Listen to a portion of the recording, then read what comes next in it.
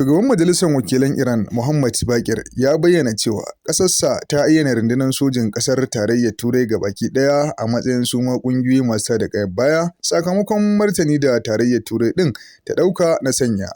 IRGC a jerin ƙungiyoyi masu tada ƙayar baya. Wannan mataki ya fito ne daga Iran, kuma wannan wata doka ce da ta ayyana tun shekara ta 2019, wacce ke ba Iran damar yin irin wannan mai da martani idan har wasu ƙasashe suka sanya IRGC a matsayin wata ƙungiya mai tada ƙayar baya. Abin da ya faru shine a ranar 21 ga watan Janairun shekara ta 2026, EU ta amince da sanya IRGC wato a matsayin wata mashahuriyar runduna ta soji ta Iran a jerin ƙungiyoyi na masu tada ƙayar baya saboda rawar da ta taka wajen murkushe masu zanga-zangar lumana da kuma sanadiyar mutuwar wasu a cewar EU. Wannan gagarumin al'amari ne yayin da wannan martani mai ƙarfi da Iran ta mayar ita ma na cewa rundunar ƙasashen Turai gabaki ɗaya su ma masu tada ƙayar baya ne, kamar yadda ita ma ƙasar Iran ɗin ta mai da martani. A zahiri wannan mataki na Iran zai tilasta wa ƙasashen Turai canza manufofinsu, amma hakan yana nuna cewa Iran a shirye take ta mai da martani mai ƙarfi idan har aka buƙaci wani ɓangare na ƙasarta ya zama na cewa an ayyana shi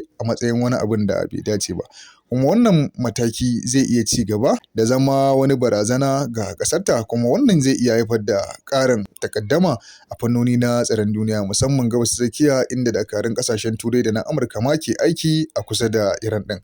Wannan mataki dai na Iran alama ce na gargaɗi mai ƙarfi ƙwarai da gaske, kuma hakan yana iya kawo sabbin tashe-tashen hankula a harkokin diflomasiyya da kuma tsaro. Yayin da ayyana wannan rundunoni da aka yi na Iran ko wannan runduna ta Iran a matsayin mai tada ƙayar baya, to hakan ya ba wa Tarayyar Turai lasisi na su farmake su kai tsaye a matsayin masu tada ƙayar baya na duniya. A ɓangaren Iran kuma ita ma ayyana waɗannan rundunoni na Tarayyar Turai a matsayin su ma masu tada ƙayar baya shi ma ya ba ma Iran ɗin lasisin aiwatar da al'amarin da ya kamata ta aiwatar a kansu da lasisin kamar irin yadda su ma suke shirin yi mata.